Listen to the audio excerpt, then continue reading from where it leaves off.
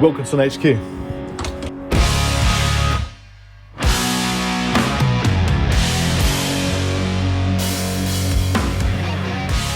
You beautiful, beautiful human being. Not to have his camera on, is it? Hello, fella. Good to see you, man. Yeah, good to see you. This is all right, isn't it? Does it suit your requirements? I mean, it absolutely suits my requirements. It's at the same time that I built Paul Gilbert his first guitar. I didn't know that Trev built Paul Gilbert his first ever guitar. I built his first guitar when he moved to LA. When he was 16 years old. Come on, Trev. Guitar player of the year. Come on, Trevor Wilkinson. And he always played Epiphone coronets. So I built him an Epiphone coronet with a Kaler on it. A Wilkinson coronet. Basically, yeah. Trev was sharing a workspace with Wayne Charvel in the 80s, and he made this. I've just had Trev literally walk in and hand me this guitar. Look how beautiful this is. That's so sick. Original Roland nut. What's the trem? It's a VS100. And it's a DiMarzio? No, it's a Duncan. Oh, it's a Duncan. Custom. Right, okay. Look at this. That's so cool. I love these. You just push the button and then twist it and it comes out. Oh yeah. Wow, that's cool. They came off a rifle. They're made for rifles. Well, that's where the headstock shape came for the rest of your... Yeah. It's on the Wilson logo, it's on everything. I'm sorry, I know we're about to go out for an Indian meal, but what the hell is this? Turn it over and look on the back. Wow, that's cool. That's the only one in the world. That was built by Roger Rossmeisel and Philip Kubicki in 1976. The only solid body Starcaster ever made. Super cool. Why have you got it? Because I like weird shit. Wow. Sound City 120. Nice. Why have you got a 60s sound? Why have I got any of this stuff? That would have been hand wired by Dave Reeves. Really? First edition, one-off, Goldsmith. As owned by Ronnie Shoemake from Canned Heat. Feel that? Oh, wow. Isn't that beautiful? Yeah, that's pretty amazing. Dan would sever a limb for this bass. I've just met a few people. I've not met all my idols. I never will now. You know, but I was very close to Leo. Yeah. He was obviously the mentor. Yeah. Yeah. But he liked what I was doing, and we were paralleling. He loved the Roland nut. And who used the Roland nut, Trev? Jeff Beck. Yeah, see, I'm trying to get him to talk about these things because he's too humble. There's me. And Seymour Duncan. Wait. Mate, you look like a 70s porn star. Seymour Duncan said to me, I met him in 82. Go to America to sell the Wilkinson Roland nut. So in 1984, I get on an airplane. Now, I don't know where I'm going, and I have to travel all around the US. What the Wait. That's amazing. And that's the original Wilkinson Roland nut with the string tree. I have never, And the nut. in my entire life, ever seen anything like this. That's the volume and the tone. Right, okay. And that's the pickup switch for each pickup. I had to prove that the Roland nut would work on a full-size guitar. So this is a full-size Strat. Your arm's in the right place. That's amazing. 25.5 inch scale. It's a good shape. Right, but you have to get electrics from here Yeah. to there. Yeah. So how did you do that? I did it with this. Oh, I So see. I took two little miniature jacks. Yeah. And he pocketed them together. And that fits in there.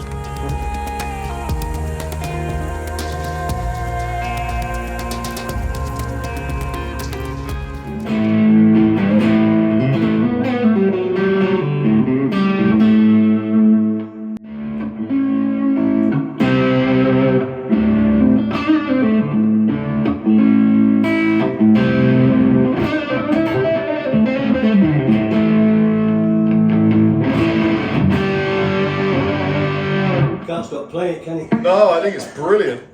It's such a cool idea. I think if the body could just be, I mean, there's room in the case to make it just slightly bigger.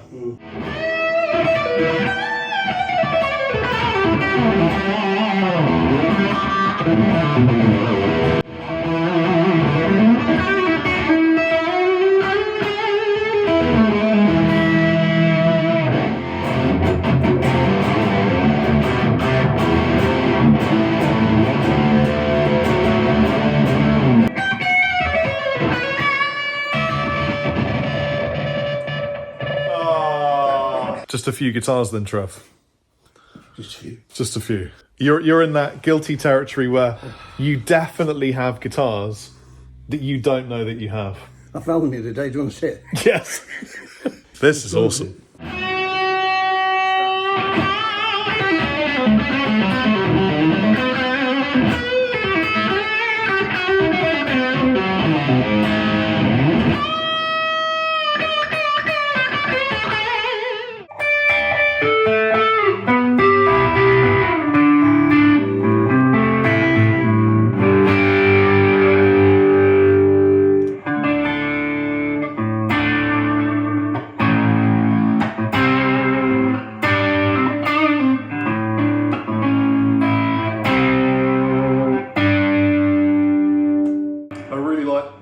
Is there any difference between these, or are they the same pickup? Same.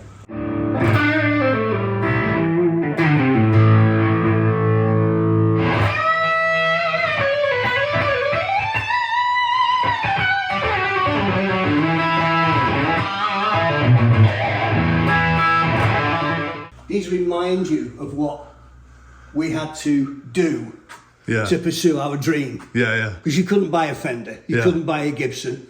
They were ridiculously expensive, but there was a trade embargo on. You couldn't bring them in. Right. This is a 1961 Ibanez. Really? I've never seen this before. You know what I love about this? There's no truss rod in it, but there's a truss rod cover. Almost British light switches on Rocket it. switches, yeah. This is the weirdest guitar I've ever been handed in my life. Look at this. What's it called again, Trev? A Bond Electroglide. A Bond Electroglide.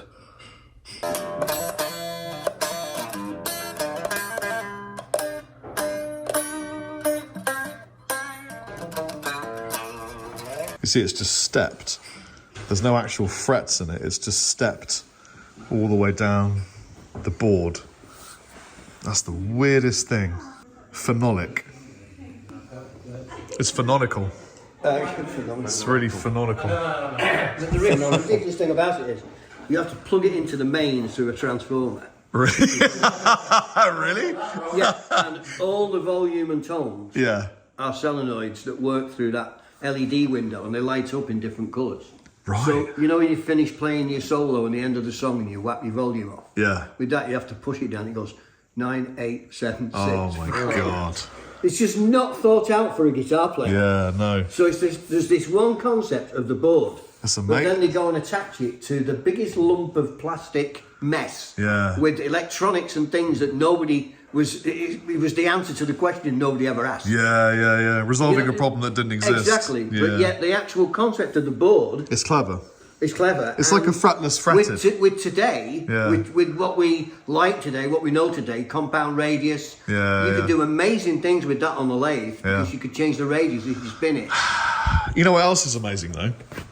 I'm about to have fish and chips for the first time in about 7 years because where I live, we get amazing seafood, but we don't really get fish and chips. And I'm gluten intolerant.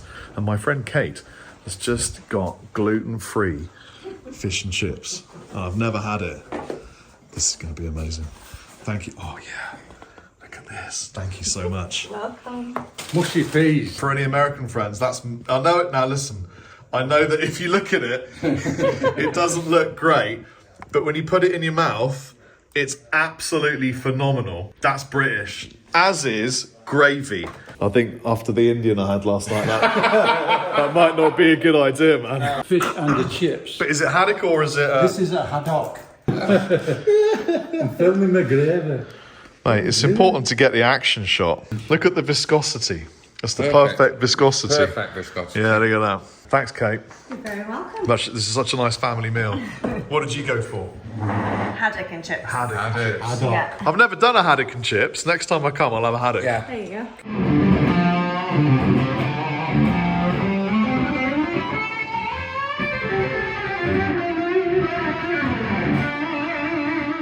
This is one of the best guitars you've made, in my humble opinion. Thank you.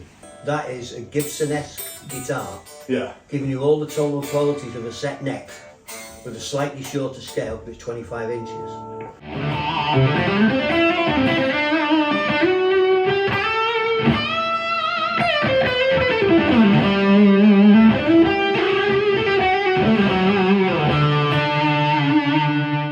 Why is the Strat switch that way? Not a telly switch, that's wrong. Telly switch is wrong. Strat switch is in the playing arc. Everything has to be where you expect it to be when you're on a stage that's not lit.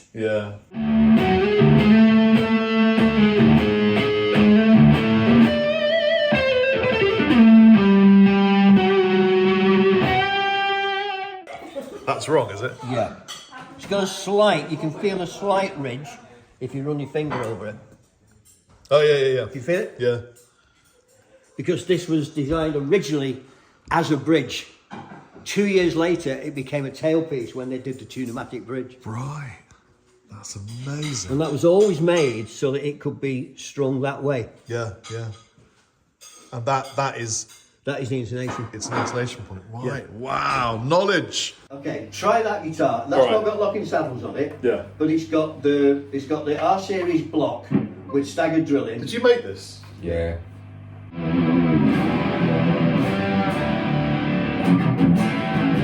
Fucking hell, what a single coil. What the hell? What's that? The 56, 59s. Yeah. So that's what Fender were using from 1956. Yeah, it's got nothing at all to do with KO resistance. Just the way it's made, the way it's wound, the wire you're using, the output of the wire. Yeah. Is just because something has a higher KO reading doesn't mean to say it's more powerful. Sure, yeah. It's all a mix of everything, including the overtones, including the harmonic structure. Yeah. I mean, Leo spent hours pulling pickups in the right place. Oh, I'm sure he did. That is a billet steel block. Right. Okay? And it's stagger drilled, which is my sort of trademark. And then there's that set screw there, right? Yeah. Now what that does, it gives you a bottom pivot, a bottom holding place. It's a pushing arm, screwing arm. So when you do that... Right. Oh, yeah. Not only stops it from falling out, it allows you to adjust the height you like. Yeah. And then, when you look at the end here, in the block, You got another grub screw to do the top. So now you've got double anchor on the arm.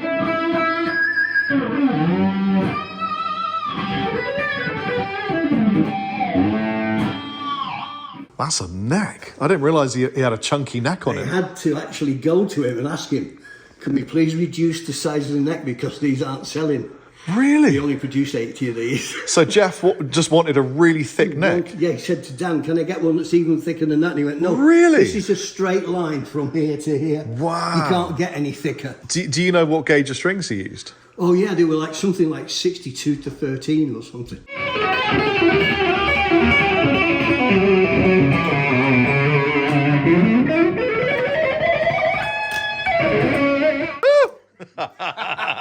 Is that a good intro for you? Work for me, mate. Mr. Sam C. Lee's resident legend. I like that. I'm going to keep that resident legend. There you go. Yeah. That's yours forever.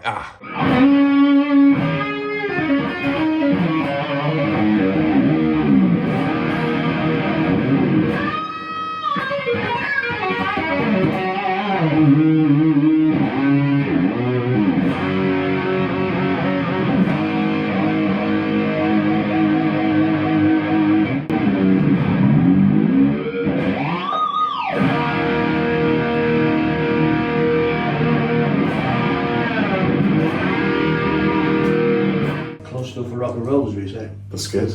He's good, man. That's really good. This was built for you in a custom shop. I notice that you have this kind of V formation with the springs. Yes. Why?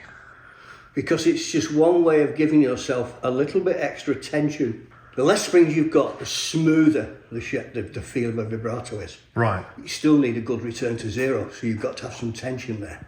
You know what it's like? It's like half ceramic, half Alnico. Not funny. What is it? Oh, ceramic and half. Are you serious? Yeah. Trev, how am I supposed to focus and concentrate on my job I'll do that, we'll have fun. when you've got all this stuff? I've never seen one of these before. Not a real one, anyway. No. Oh, wow. Wow. With the halo inductor. Right. Look at the sticker, it's coming off, I can't do anything about it. Yeah. How old's that then? 60s. Just to give you a scale, look at the size of it. It's a chorus pedal. The size of 3 of my hands. The Line 6 pod. This is the guitar I found that I forgot I had. Oh, really? 73 telly. Oh, shit. I mean, you know. But modded in the 70s to have a humbucker. That's a mid-70s Damasio PAF. Wow. What a beautiful guitar as well. Not bad. Not bad. Did you get that from Leo? No. I can't even remember where I got it. Oh, I'm looking for a 75 telly because that's when I was born. Oh, right. Okay. 14th of June. Right. If you ever find a 75 Butterscotch Blackguard, you've got to let me know. You might not get a blackguard, but you get a laminate guard. So I've just selected preset 3. Yeah. Move your hand. You can't fret it or anything because you'll confuse it. It works on open strings. Yeah. You can strum it as many times as you want. Yeah. Okay? As long as you don't touch it. But when it comes up and it's gone off now, so it's in tune. Yeah. I think that's either Daggat or Keith Richards tuning. One of the two. I can't remember. I'll find out.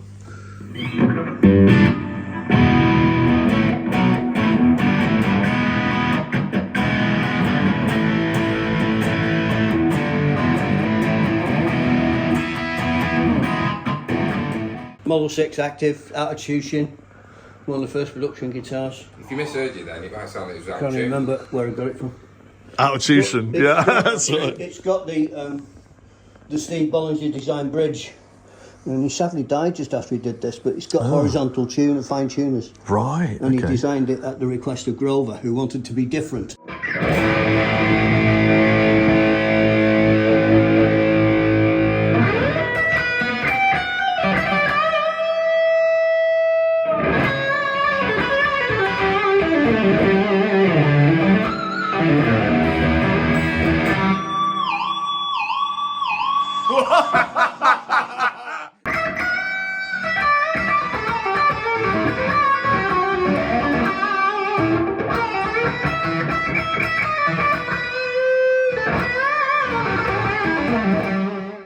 $1966. Yeah. That's a fluorescent orange. That's rad. That's cool. So you made it at art college? Yeah. Oh my God, Trev. How can I give the effect of a Gibson guitar at very, very low cost? Yeah. So I thought, I know what I'll do. I'll take a basic super strap body and I'll put it on the machining centre. Yeah. And I'll tilt it at some degrees and I'll machine a third of the body off. Right. And then I'll turn it round and do the same at an angle. And that will give me the effect of a carved top guitar for very little money. Oh, look at that. What's this top? What is that? It's just bird's eye maple. Bird's eye maple. On old ear. But the finish is printed on a inkjet printer on a flatbed 8x4. Feel the back of it. You would swear there was a grain there. Like a scroll line. Well, yeah. That's identical. He looked at that and he couldn't tell the difference. Wow. But it never happened because This is like such an amazing experience. If you ever get the chance to come to Uncle Trev's Room of Dreams, then I highly recommend it. see those last two tuners. Yeah. See how they dropped in? So that you get the height staggered. Yeah. Yeah. You can get it extra deep. Did you do a lot with Tokai then? Yeah, quite a bit. I cut the skirts off, strap knobs and pushed them on telly knobs. But what I like about this is that truss rod. What's that? Truss rod. Oh, that's interesting. Well, it's been an absolutely incredible time here at Wilkinson. Massive thank you to everyone. And I hope you enjoy the video. Take it easy, guys. Chappers out.